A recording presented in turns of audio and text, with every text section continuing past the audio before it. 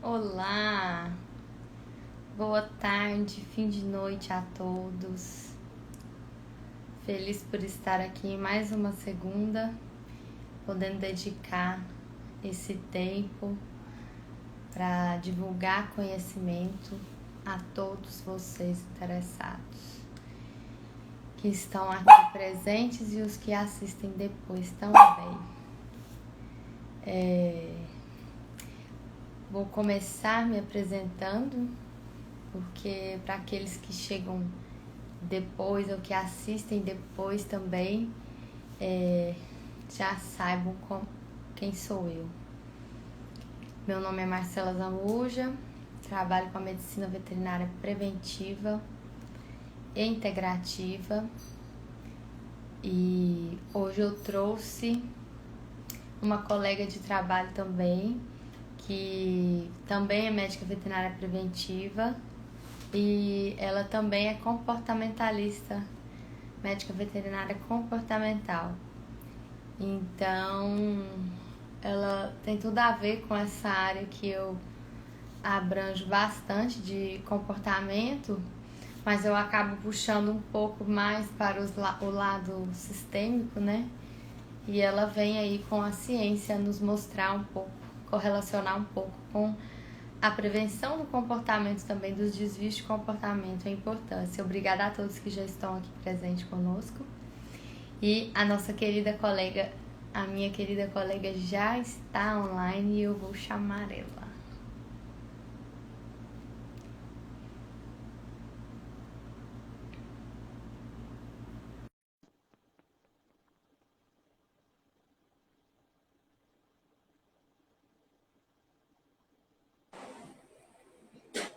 Olá, Oi, deixa eu ajeitar.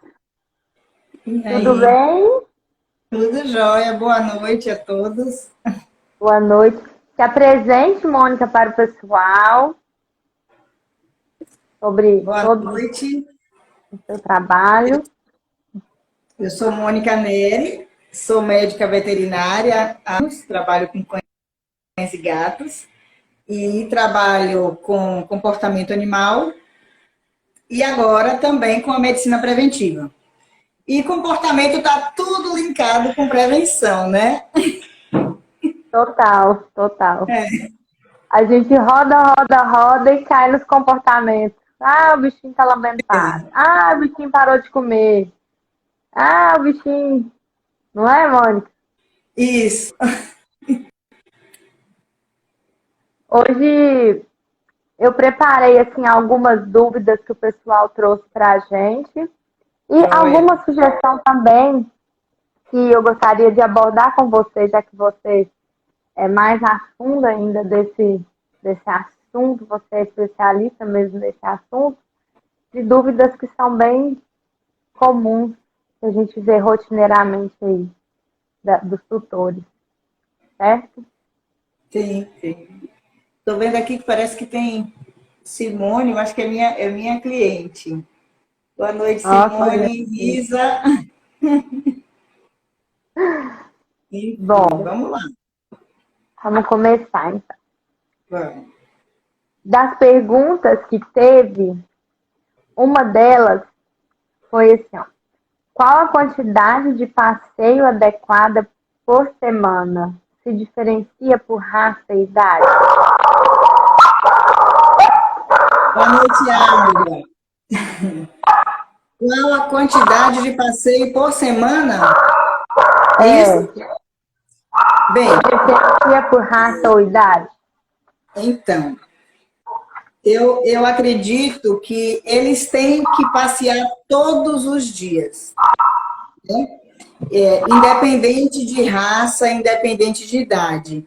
Algumas raças, por serem muito agitados, muito ansiosos, existem algumas raças que têm uma predisposição maior à ansiedade. Essas, você pode passear 2, 3 vezes no dia. Mas, pelo menos uma vez no dia, tem que passear. Né? Isso diminui muito a ansiedade.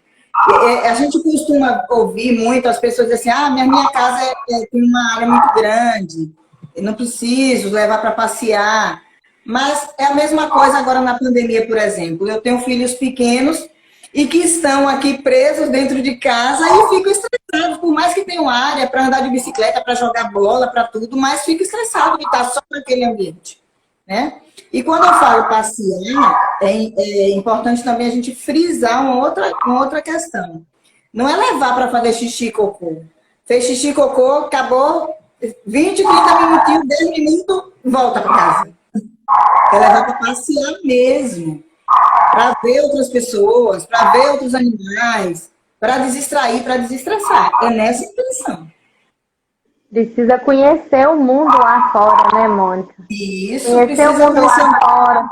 E eu falo que o que a pandemia nos trouxe para os bichinhos também, né? Muitos bichinhos que eram acostumados a fazer esse passeio foram retirados do passeio, né? E ficou todo mundo dentro de casa, e aí os tutores ansiosos por estar dentro de casa e os bichinhos cada vez mais ansiosos por estarem dividindo as dores com os tutores e também por ter deixado de ter o momento dele, um dos momentos dele de lazer, né? Porque o passeio é importante, mas não é só ele também, né? A gente vê isso na Você tocou num prevenção, né? ponto interessante aí, né?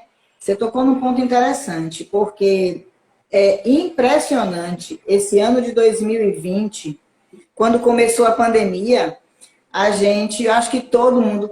Boa noite, Alba. Oi, doutora Carol. Quando começou a pandemia, a gente achou, né, que ia... Ai, meu Deus, vai vir aí uma crise financeira, todo mundo e tal. E para nós, veterinários, a gente não parou de trabalhar, né? Tem duas vertentes. Tem as questões em que os tutores estavam dentro de casa e passaram a olhar mais e prestar mais atenção.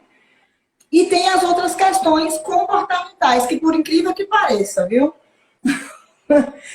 Quando a gente se abre para o universo nos dá de retorno, né? E o que tem chegado de problemas é impressionante. Então, é esse ponto que você tocou. Boa noite, Carolzinha. Esse ponto que você tocou. Os tutores, todos nós, né, estamos ansiosos, estamos inseguros com essa situação. E isso influencia diretamente. Assim como influencia nos nossos filhos, nos nossos cônjuges, nas pessoas que estão ao nosso redor. Porque os animais têm energia também como nós. E faz parte do nosso sistema familiar. Então, eu não posso simplesmente olhar, chegou um paciente para mim com uma enfermidade e eu simplesmente olhar aquela doença, a doença dele. Eu tenho que ir além, eu tenho que buscar o que está, o que tem aqui. Mônica, que às vezes as pessoas estranham, né, quando a gente tem essa abordagem de perguntar: mudou alguma coisa na casa? Mudou de ambiente? Mudou alguma coisa sua? Como você tá? Pessoas estranhas, não estão acostumadas a ter essa visão, assim, né? Porque, de fato, a gente tem que olhar assim, né? Cada vez mais a gente tem evidência vivenciada mesmo, dia a dia, a influência que tem, né? Indiretamente e diretamente também, desse comportamento conosco, né? Com as nossas dores, com a nossa vivência, nossas dificuldades, né? Exatamente. Eu acho lindo esse trabalho que você faz. Eu sou, assim, apaixonada, né? E é um trabalho de formiguinha, né? Porque é difícil as pessoas entenderem, mas aos poucos a gente vai chegando lá. Porque você vê que a medicina humana já está com outro olhar, né? E o futuro da humanidade está nos levando a todos terem esse novo olhar. E na medicina veterinária não pode ser diferente. Eu costumo dizer para as pessoas mais novas: vocês precisam ter um outro olhar para a medicina veterinária. Porque vocês que estão chegando agora são os médicos do futuro. Então tem que olhar o paciente como um todo, como parte de uma família, né? E integrante daquela família. E não simplesmente querer resolver o problema ali do momento. E fazer essa busca. Como é que tá? E os tutores estranham, porque de cara eles logo dizem: não, tá tudo bem. Depois a gente vai fazer a leitura, acho que fica em casa até matutando. E às vezes também não tá nem preparado, né, para esse olhar, né? A gente também, quando nota, assim, eu falo que a abordagem, ela é bem carinhosa, né, Moniquinha? Porque às vezes tem muita gente que não está preparada e não sabe mesmo acolher as próprias dores, né? Imagina correlacionar com o seu bichinho ali, né? Mas seu bichinho tá ali, te mostrando. Cuida disso, cuida disso, cuida disso. Né? É interessante. Eu atendi semana tem uns 15 dias, mais ou menos, que eu atendi uma cadelinha e estava com um prurido intenso, né? E a tutora ela tinha perdido a noite. E aquele prurido absurdo. E no dia de manhã cedo, eu disse leve e deixei a cadela internada e ela ficou em observação. Realmente ela estava com a pele bem irritada, vermelha, não tinha nada assim de lesão, vermelha de coçar mesmo. E ela, aí deixei ela internada, fiz os exames, tudo. Por incrível que pareça, a minha sorte é que eu filmei, e filmei um bom pedaço dela no internamento. Ela no internamento não se coçou 1 minuto. 1 minuto ela não se coçou. E eu fiz o vídeo, eu disse, meu Deus do céu, o que está acontecendo? Beleza, daí fiz os exames, saíram os resultados e tal. E aí a tutora foi pegar. Quando a tutora chegou, foi uma coisa assim, que eu fiquei assim, na frente da tutora. A cadela começou a se coçar desesperadamente, ela se mordia e se coçava, ela dizia, ela não para de coçar. E foi para casa e ela a noite toda se coçou. No outro dia teve que voltar. Então eu tive que depois chamar com calma para entender o que estava acontecendo, o que tem além, o que pode estar acontecendo por trás. Porque não tem nenhum motivo aparente, não tem nada em exame que deu nada, tudo normal. E por que aqui ela não se coçou? Então, eles absorvem, sim. Eu sempre tive esse olhar diferente. Meu Deus, às vezes eu olhava para o animal e dizia assim, não tem nada. Não, tem muito caso. Eles absorvem os nossos problemas, né? A gente passa para os outros. E eles absorvem, sim. E a gente precisa ter esse outro olhar carinhoso, porque isso baixa a imunidade e aí vem as doenças. Você fica vulnerável. É igual o Covid aí, né? Eu falo muito, estresse, abaixa a imunidade, aumenta o cortisol, abaixa a imunidade, e baixa a imunidade gera o quê? Doença. Então, doença. Tem que buscar, né? Tem que buscar o que está acontecendo. Se a gente fica nessa vibração e se abre o campo, vai chegar. Não tem. É assim mesmo. A gente tem sim que tratar a doença que chegou, mas você não pode simplesmente deixar para trás o problema emocional. Senão ela volta, né? Ou da mesma maneira ou de outra. Pois é. Se era uma lambedura, volta como otite. Era um otite, volta como gastrite. É tanta coisa que aparece, é gastrite. Se a gente começa a destrinchar coisa, o povo diz, ai meu Deus, é tudo emocional. E os clínicos, os nossos colegas, precisam abrir essas mentes. Eu digo que o nosso maior desafio são os nossos colegas, né? Porque é difícil abrir a mente que está tudo casado e que a gente precisa aprender a trabalhar junto. Porque comportamento está ligado com clínica e clínica está ligado com comportamento. Se você tem um paciente que está sentindo dor, né, ele vai se tornar, ter momentos de agressividade, ele vai ter apatia, ele vai ter inapetência. Então, teve problema de comportamento, né? Muitos mesmo. De 90% dos animais que têm agressividade pode investigar dor. Porque tem dor envolvida. Né? E vice-versa. Então, problemas de comportamento e que baixa essa imunidade e vem a doença. Então, tá, não tem jeito. Tá casado. Hoje E a eu dei gente um pode exemplo. prevenir. O melhor é que a gente pode prevenir. Desde cedo, né? Desde Ou cedo. então você tem ferramenta também para corrigir, né? Você Sim, consegue sim, corrigir também, de sensibilizar, né? sim. Hoje cedo eu mostrei por vídeo, não sei se você chegou a ver, eu preparando a Lotus para o passeio, né? Sim. Ela, ela tem muita ansiedade de sair de casa, mas assim, a ansiedade do cachorro latir, assim, na hora que ela escuta o cachorro latir, que eu abri o portão, ela desespera. Aí eu mostrei para acompanhar mesmo o processo dela se adaptando a isso, né? Porque às vezes as pessoas elas têm muita pressa de levar o bichinho para a rua em vez de preparar esse emocional dele para tudo isso, né? Porque eles já vêm com Sim. as dificuldades dele, né? E ela, eu falo que no começo, com a adaptação da minha idosinha, às vezes tiveram a idosinha avançando nela, né?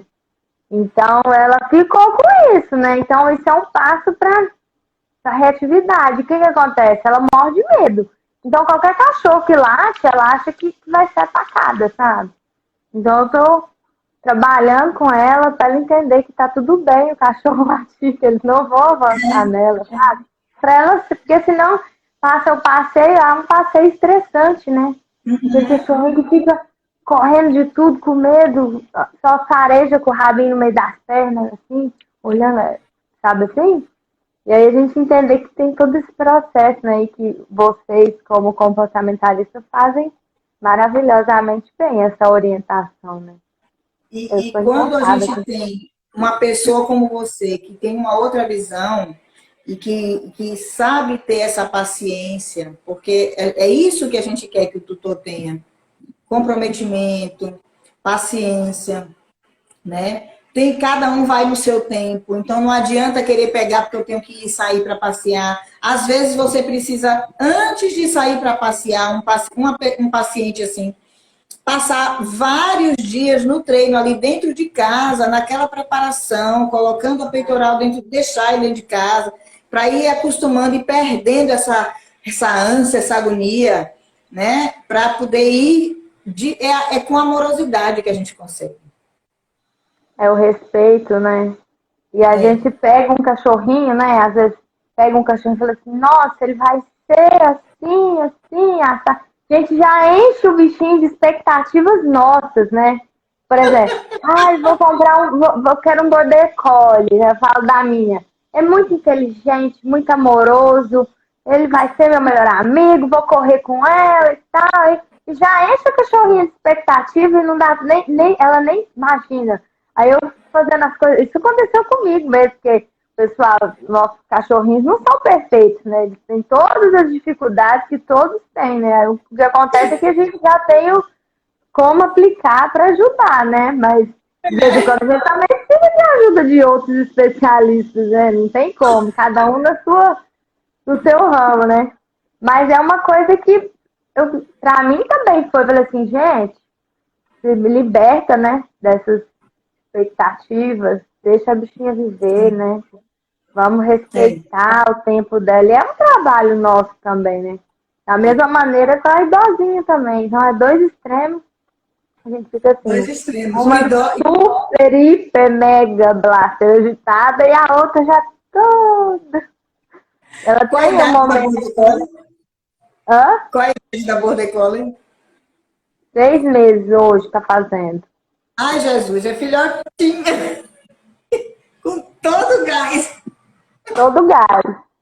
E ela teve um momento que ela fazia isso comigo. Chegava perto de mim, começava a coçar o dorso dela assim, ó, com a boca, e ela chegou pra mim já mordendo o rabinho, assim, ó. Aí eu fui investigar comunicação, terapias, aromaterapia nela e treino, né? Uhum. Porque precisa ter esse foco no É, treino também. E mudar, né? é. Meu jeito também, né? O que estava Sim, sim. gerando possíveis gatilhos nela, eu já. E Vai é aos pouquinhos trabalhando.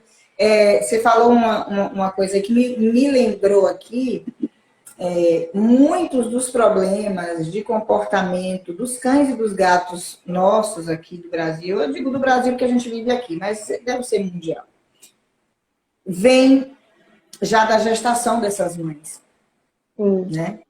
Importante a gente divulgar isso, Mônica, porque hoje, cada vez mais, eu falo e eu tirei ela com 45 dias, sabendo que deveria ter tirado com 60. Mas as pessoas não ficam com os bichinhos até 60 dias. Não. E é uma coisa que a gente precisa divulgar para entender a importância desse emocional nesse período aí, né? Sim. Ainda há pouco eu estava conversando ali com uma colega, exatamente a gente falando especificamente dos gatinhos, né? Porque a nossa realidade aqui no Brasil, se a gente vai perguntar onde estão os gatos, onde estão essas gatas? Na rua, né? E quem não está na rua estão nesses gatis superlotados, confinados, né? Porque a maioria das pessoas que tem canil é o quê? Querem os animais para procriar. Então, esses animais vivem em situações de estresse. Os animais já vivem situações de estresse. Então, a gente tem que comparar sempre com o ser humano. Uma mulher que tem uma gestação, numa situação de estresse, essa criança tem grandes chances de nascer com problemas psicológicos, com problemas psiquiátricos. Porque o córtex não vai desenvolver direito, o hipotálamo vai ter suas... Então, vai ter problemas neuroemocionais mesmo. Então, não tem... Igual a gente. Né? O ser humano não é diferente. O ser humano não é diferente. E aí, às vezes, e aí vem uma outra questão. As pessoas ficam na ansiedade, isso é extremamente comum. Às vezes me ligam já para marcar a consulta de um filhotinho que ainda vai pegar. E quando me fala, com quanto tempo tem? Ah, tem 45 dias. Ah, tem 50 dias. Eu boto a mão na cabeça. Eu digo, não, pelo amor de Deus. Não pegue esses filhotes antes de 2 meses. Porque é importante essa primeira fase da socialização deles com a mãe. Primeiro que a mãe já vem com uma deficiência de gestação. Porque ficou confinada, não teve uma gestação tranquila, né? Então já vem com uma deficiência lá que você não sabe o que foi que aconteceu. Então você já vai pegar aquela bomba, sem saber. Depois tem a questão de você tirar dessa fase de extrema importância, onde vai aprender coisas com a mãe, com os irmãos. Né? Limite, né? Esse primeiro momento, essa fase de 45 a 60 dias, ou seja, esses 15 dias, que a gente chama de fase ótima de socialização. Então, é onde tem o pico máximo que eles aprendem e captam e deixam ali. Então, se teve, desses 15 dias, de 45 a 60 dias, se aconteceu alguma coisa lá no canil, no antigo dono, em que traumatizou, ele leva aquele trauma, fica muito, já tem muitos estudos científicos comprovando isso, fica muito mais registrado na mente do que um trauma que aconteceu com 3, 4 meses de idade. E às vezes a gente não entende. E a comunicação mostra isso diariamente. Todos esses traumas que a gente vivencia, que os bichinhos vivenciam, né? E mostra isso. De onde vem tanto medo, por que medo, sabe? Não porque de maus tratos, nada, mas às vezes tem acidente, às vezes fecha a mãe longe deles. A comunicação nos mostra isso. E mesmo que não, às vezes não mostre na primeira sessão, teve uma cachorrinha que eu me comuniquei e ela tinha muito problema de ansiedade de separação. Ela tinha medo, ela vivia com gravidez psicológica. Eu fui investigar a fundo o que era isso, o porquê disso, né? Tirando a parte fisiológica, mas o porquê isso acontecia com tanta frequência. E aí eu fui descobrir, ela sentia medo de tirar os filhos dela. Então ela estava sempre fingindo psicologicamente uma gravidez, uma pseudo-prenhez. Por quê? Porque ela foi tirada da mãe. Uhum. E da mesma maneira que no Theta Healing a gente entende que a gente tem crença que vem da genética, epigenética, que vem dos traumas, os cachorrinhos também. Então ela carregou esse trauma da mãezinha dela. Olha que fantástico. Eu até arrepiei. Para não ser mais fantástico, é porque eu não me comuniquei com a mãe dela. Se eu tivesse me comunicado com a mãe dela, aí a gente montaria o quebra-cabeça, sabe? Uhum. Então, assim, nossa, arrepiei mesmo. É uma coisa que a gente precisa mesmo. Eu já errei, né, de pegar um filhotinho antes. Todo mundo, mas a gente precisa fazer esse movimento para esses canis, porque existem excelentes canis que já implementam, né, esses cuidados de comportamento, da estímulo pro bichinho, mas a gente precisa buscar quais são esses canis, né, e fazer um movimento mesmo para que não tire o bichinho tão cedo, né. Entre veterinários, entre canis, entre tutores, isso precisa acontecer para a gente prevenir cada vez mais esse tipo de... Porque cada vez mais a ansiedade de separação é uma coisa comum, mas ela não é normal. É um dos maiores problemas. E todo mundo acha muito normal, né? Acha muito normal você sair, passar o dia fora e seu cachorro só comer quando você volta. Né? Isso é uma coisa comum. Né? Uma coisa Agora comum. que você puxou esse gancho, fala um pouquinho pra gente, que eu sei que seu tempo está contadinho, mas você não pode desligar essa live sem falar um pouco pra gente sobre essa alimentação. O bichinho parou de comer, não tem gastrite, não tem nada. O que a gente faz? Ele não aceita a comidinha. E agora? Ajuda, gente. Vai. Porque isso também é todo dia. Vai, fala uma ajuda sua, assim. É todo dia. Uma coisa que é muito comum e eu consigo reverter muito essa situação com enriquecimento alimentar. Né? Então, hoje em dia, se me chega um filhotinho, e até os meus velhinhos, viu? Os meus idosos, eu também já vou... Vamos falar dos velhinhos, são os mais os mais, então, mais desafiadores, muito. Estou, assim, atendendo vários idosos. Aliás, como eu tenho 12 anos de clínica aqui na cidade, então a maioria dos meus pacientes são idosos. Ai, que lindo! Eu amo os velhinhos. Então, a maioria são idosos. E assim, é muito comum essa questão aí que você me trouxe. E aí, quando eu digo, vamos fazer o enriquecimento alimentar, doutora, ele não vai fazer. Já é idoso. Oh, meu Deus! Como subestimam as criaturas. Bota nos brinquedos. Tem coisas que você pode fazer com material de casa, com material reciclável. A gente começa com uma coisa fácil. Pega aqueles rolinhos de papel higiênico, fecha embaixo, mostra para ele que você está botando ali a comida, né? A gente tem que lembrar que o cão é caçador. O cão é caçador, né? Então, primeiro que tudo, vai ser muito mais prazeroso ele comer na hora que ele quer comer, ele ir fuçar, farejar, caçar a comida dele, do que ele simplesmente fazer o que a gente quer na hora que a gente quer.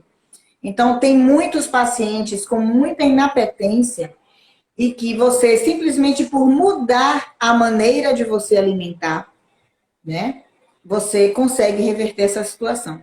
Então, eu digo, começa com uma coisa fácil, e existem inúmeras maneiras de você fazer isso. Hoje em dia, a gente tem aí uma internet que eu digo, vai lá e bota lá enriquecimento alimentar, e você acha um monte de coisa. E não subestime o cão idoso.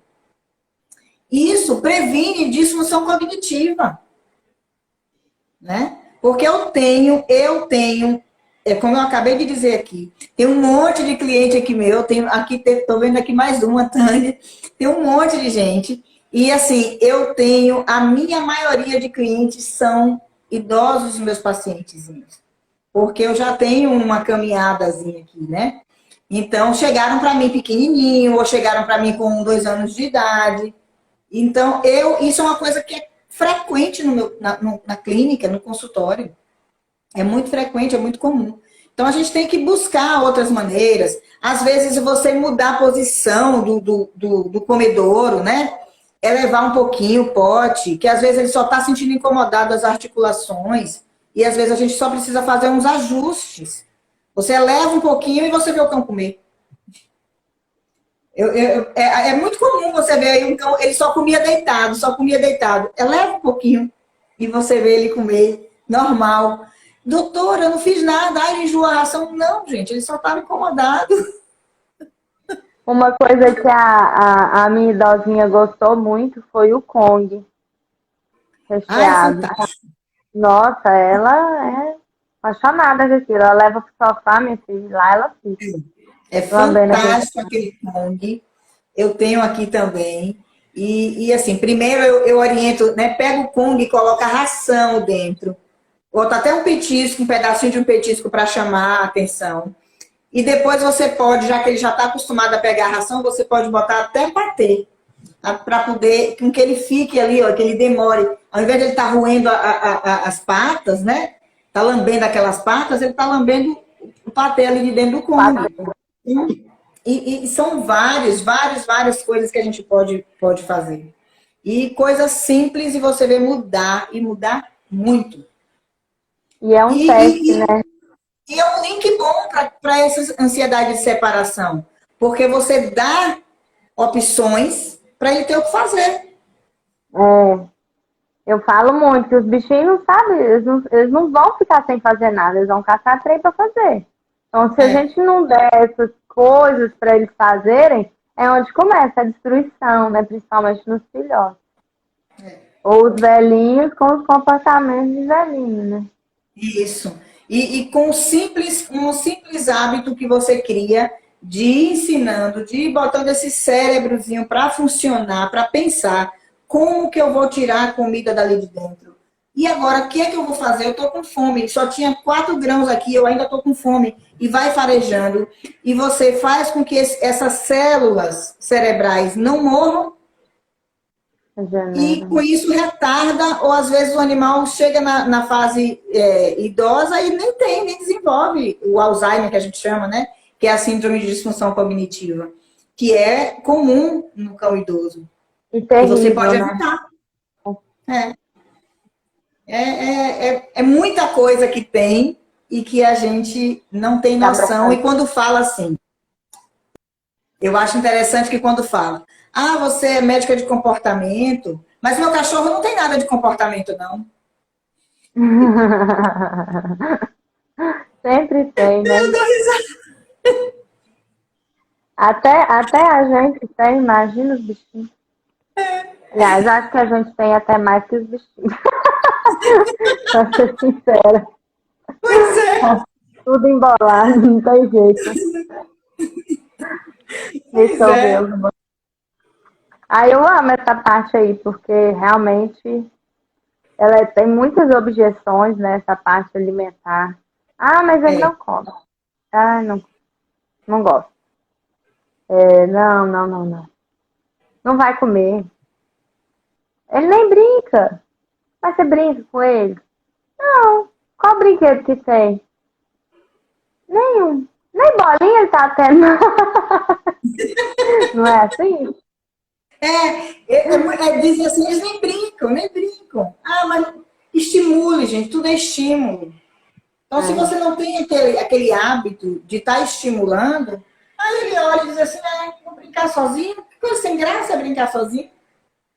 Né? E às vezes o bichinho ainda é sozinho, né? Tipo assim, só tem ele, aí que vai ficar mais quietinho. Quer ver uma coisa que é muito comum também? As pessoas que são sozinhas e aí pegam um bichinho para fazer companhia. Né? Pega um bichinho para fazer companhia. Desse erro, eu cometi. Quando eu passei no vestibular, e foi aí que me despertou o comportamento.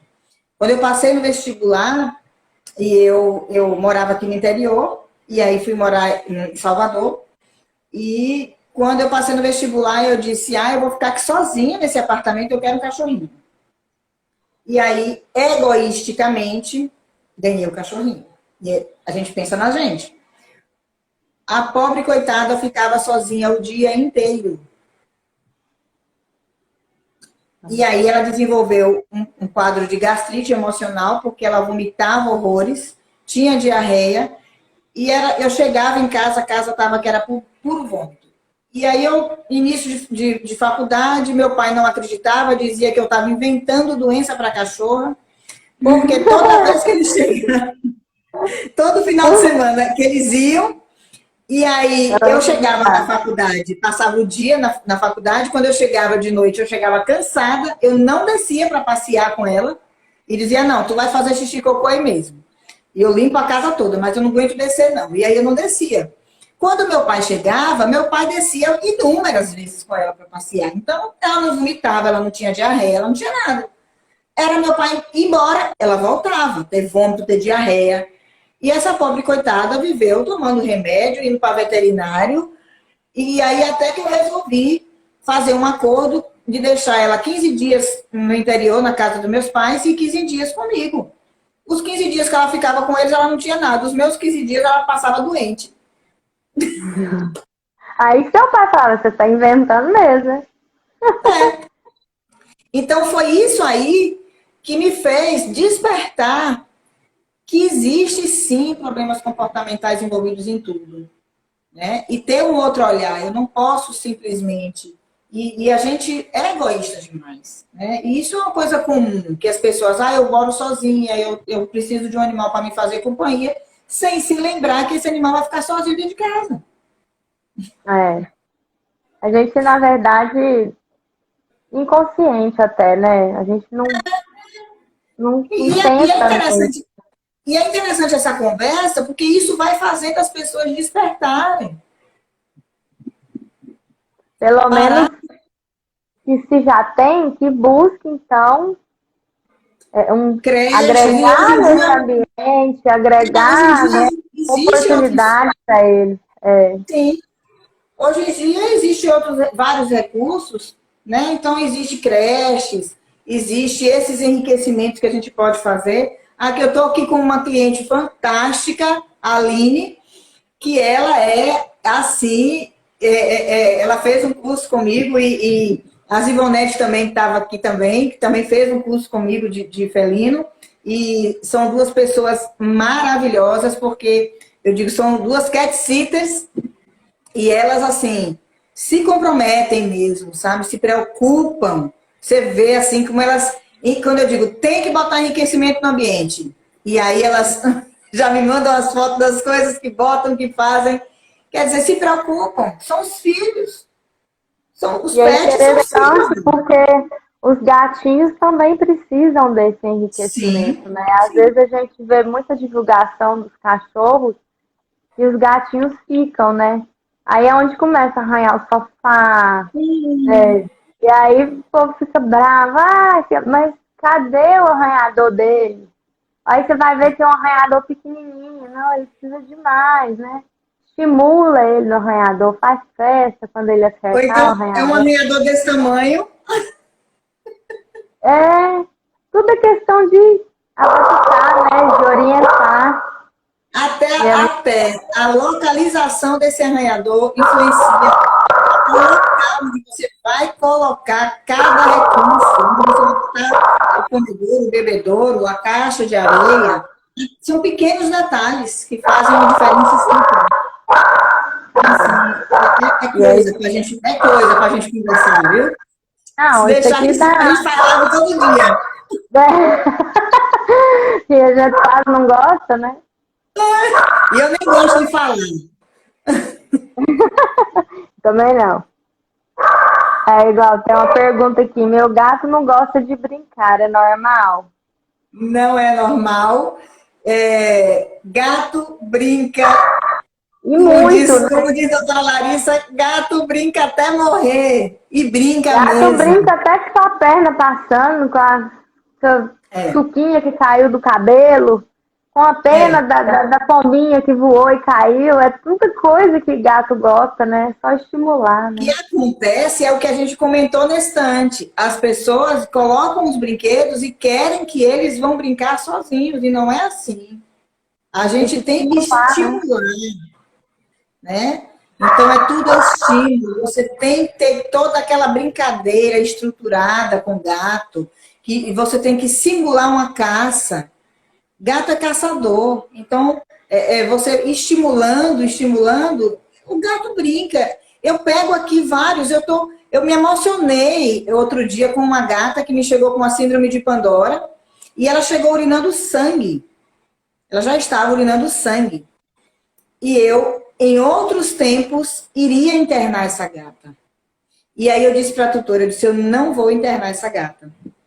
E quando eu perguntei dos recursos ambientais, era muito pobre em recursos ambientais. Eu ajustei, né? Coletei sangue, a gente fez exames e tal, ajustei. Eu precisei, infelizmente, entrar com psicofármaco. Ela está fazendo uso de um psicofármaco, mas assim, em 15 dias, a gata voltou a brincar. Que ela só brincava quando era filhote e ela tem 10 anos.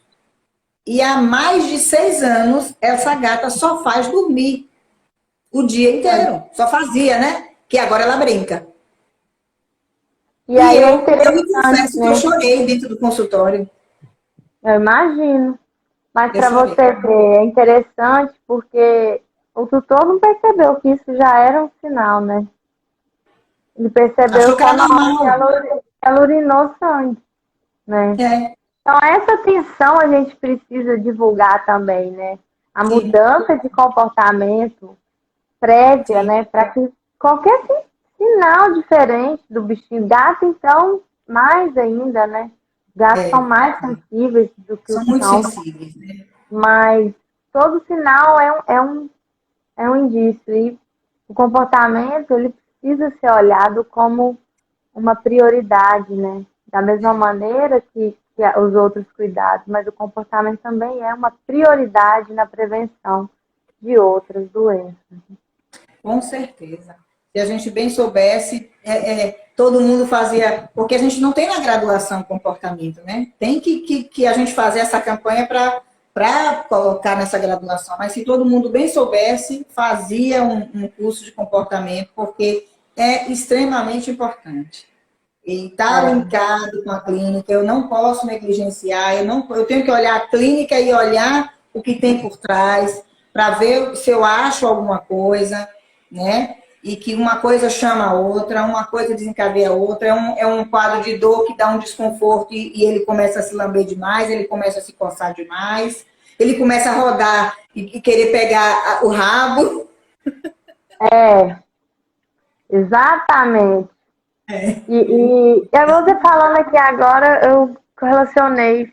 Foi na mesma época a minha, que chegou coçando o rabinho, que ela chegou com um quadro de cistite. Então, tá interligado, né? Esse É, desconforto que ela tava, fora o estresse da mudança de ambiente e eles algumas sentem, né? coisas que Eles poderiam ser sentem, eles melhoradas. captam tudo.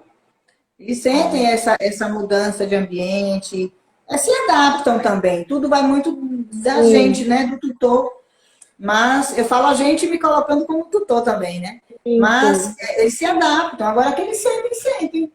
Assim como você pegar uma criança que está acostumado ali num ambiente, e quando você bota essa criança em outro ambiente, até ela se ajustar ali e acostumar com aquela nova casa, com aquela nova rotina, como que é, né? Dependendo, cada caso é um caso, a gente tem que olhar para trás, o que tem atrás, né? O que É, tem na fase de gestação, que você não sabe, o que tem na primeira infância, que tem aquele, cada um tem um jeito, uma personalidade, né? Cada um é de um jeito. Então tem os que são mais medrosos, tem animais que são da mesma ninhada, e um são filhote é de um jeito e completamente o outro é de outro. demais, né? E isso, a cada vez mais, Mônica, eu tive uma comunicação. Eu tô cada vez mais envolvida com essa comunicação, porque não tem lógica. E ela disse que foi parar nas mãos desse tutor, porque seria ele que teria ferramentas para conseguir auxiliá-la nas dificuldades dela. E os outros não tinham, dentro das missões de vida, não tinha essas dificuldades. Então, aqueles mais agitadinhos caem na mão de quem tem que cair, entende? E é por aí. E sempre vai ter um ou outro da ninhada que é mais custodinho, mais chorão, mais, né? E vai para um lugar que tem que ir mesmo, para a mão de quem tem. E eles estão ok ali, consciência, né? Maior desse bichinho, que está sabendo de tudo. E a gente tem que ter aquele olhar amoroso e entender que cada um é de um jeito e você vai conduzindo, né? É onde a gente vem com o nosso guia preventivo, em que o que você orienta para um, você não vai orientar para o outro. Então, por isso que ele é personalizado. E é personalizado de várias maneiras, né? Eu acho interessante, Marcela, a minha consulta preventiva, por mais que eu tenha que colocar o enfoque na prevenção, mas eu não posso separar do comportamento, tem uma coisa ou outra, não tem como ser menos que 2 horas de consulta. Uai, eu também, eu não consigo fazer em menos. Não tem. Eu, pelo menos, eu gosto de explicar direitinho. Aí Isso. Quando o tutor gosta de perguntar, aí... E a gente tem que tirar as dúvidas, né? E sai todo mundo assim, nunca ninguém tinha me dito isso, nunca ninguém tinha me dito tanta coisa. É uma simples vacina. É uma simples vacina. Eu fico observando, assim, já tem, graças a Deus, alguns colegas que já estão trabalhando comigo, que já estão com esse outro olhar diferenciado. E é uma simples vacina em que você não é simplesmente você chegar e vacinar. Tem que orientar de algumas coisas, né? Tá naquela fase da infância e que eu vou deixar passar aquelas coisas que eu tenho que pontuar naquele momento, porque se vier daqui a um mês, eu já perdi o tempo de falar e de orientar, né? Então, não tem como. O que a gente tem a acrescentar é diferente de um outro que não tem envolvimento no comportamento e nem na prevenção. É diferente. Não tem como ser. Pra gente, assim, finalizar, um comentário mesmo. Quando eu vim pra cá, né, que eu tô aqui tem 1 ano, eu comecei a divulgar mais tudo, foi depois da prevenção.